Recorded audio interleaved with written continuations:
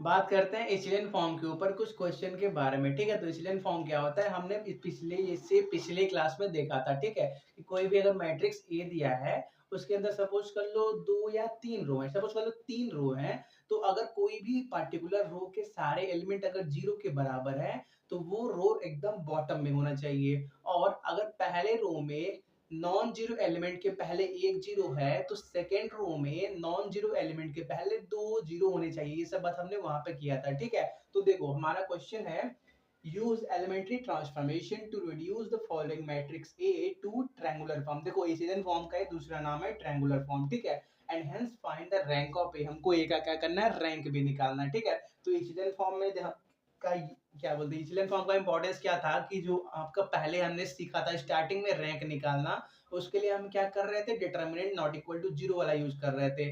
वहां पे क्या होना चाहिए, कोई भी स्क्वायर मैट्रिक्स होना चाहिए। इचेलियन ने क्या बोला, स्क्वायर रहेगा तो भी चलेगा, नहीं रहेगा तो भी चलेगा। अब हम भी फिर भी क्या करेंगे, जितने नंबर ऑफ नॉन जीरो रो होंगे उसकी हेल्प से क्या बताएंगे, उस मैट्रिक्स का रैंक बताएंगे। ठीक है, तो देखो इसको क्या करते हैं, कुछ चेंज करते हैं। तो पहले हम क्या कर देते हैं, रो वन को रो थ्री से चेंज कर देते हैं। ठीक है, तो देखो हमारे पास क्या बनेगा, हमारे पास देखो इससे पहले वाले क्लास में हमने इक्विवेलेंस का क्लास लिया था। ठीक है, कि कोई भी मैट्रिक्स अगर दूसरे के नियरली इक्वल दिख रहा है, सपोज कर लो कोई ए मैट्रिक्स है, वो बी के नियरली इक्वल दिख रहा है, तो हम क्या लिखते थे, ए इज इक्विवेलेंस टू बी। ठीक है, तो सपोज करो हमने क्या किया, आर वन को आर थ्री से एक्सचेंज किया। ठीक है, तो कोई नया मैट्रिक्स बन जाएगा, वो नया मैट्रिक्स ए के ही इक्विवेलेंस होगा। ठीक है, वो नया मैट्रिक्स क्या बनेगा, one minus one two zero zero one two one five three fourteen one. ठीक है, तो देखो पहले रो की बात करते हैं। पहले रो में नॉन जीरो एलिमेंट के पहले जीरो देखते हो कि जीरो देखो कितना है। ठीक है,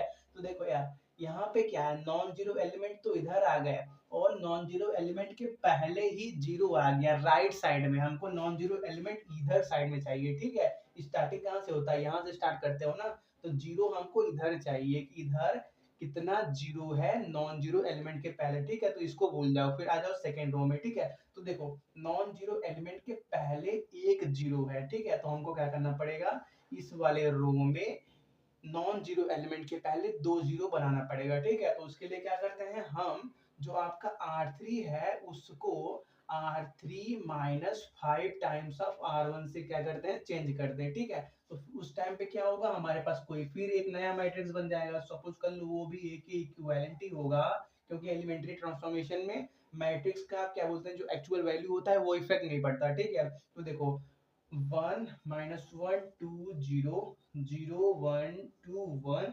अब आर थ्री को क्या करना है, R three minus five times of R one, तो फाइव तो है ही, फाइव से मल्टीप्लाई करके सब्ट्रैक्ट करोगे तो यहाँ पे क्या आ जाएगा, जीरो। और यहाँ पे थ्री है, अब क्या करो, यहाँ पे फाइव से मल्टीप्लाई करो तो माइनस फाइव, अब सब्ट्रैक्ट करोगे तो माइनस और माइनस क्या हो जाएगा, प्लस हो जाएगा, मतलब ये एट हो जाएगा। और क्या, उसके बाद यहाँ पे 14 है और minus five time of R one, मतलब फाइव टू जा टेन माइनस फोर्टीन, मतलब क्या फोर बचेगा। और क्या, यहाँ पे वन है, यहाँ पे जीरो, मतलब सिंपली यहाँ पे वन बचेगा। ठीक है, यहाँ तक हो गया। आप क्या करते हैं, कुछ करके यहाँ पे भी अगर जीरो बन जाए तो ये कुछ इचेलियन फॉर्म की तरह दिखने लगेगा। ठीक है, तो देखो थोड़ा सा यहाँ पे नोट कर लो, इसको रफ कर दे पहले, कंटिन्यू करते हैं। तो देखो हमको क्या करना है, यहाँ पे जीरो बनाना है। ठीक है, तो उसके लिए क्या करो, रो थ्री के अंदर चेंजेस करो। तो रो थ्री को आप row three minus eight times of अगर आर टू कर दोगे तो यहाँ भी आठ, यहाँ भी आठ, क्या हो जाएगा, जीरो बन जाएगा। ठीक है, तो जो नया मैट्रिक्स बनेगा वो कैसा दिखेगा आपका, one minus one two zero. पहले रो में तो कोई चेंजेस नहीं है, सेकेंड रो में भी कोई चेंजेस नहीं है, चेंजेस का है थर्ड रो में। तो जीरो, रो थ्री को क्या करना है, row three minus eight time of R two, तो जीरो तो यहाँ पे भी है, और रो टू के एलिमेंट में जीरो एट से मल्टीप्लाई करोगे तो वो भी तो जीरो ही है, मतलब यहाँ पे कोई इफेक्ट नहीं पड़ने वाला। यहाँ पे देखो एट है, तो एट, और क्या minus eight time of R two का एलिमेंट क्या है, वन है, मतलब क्या eight, eight minus eight zero हो जाएगा।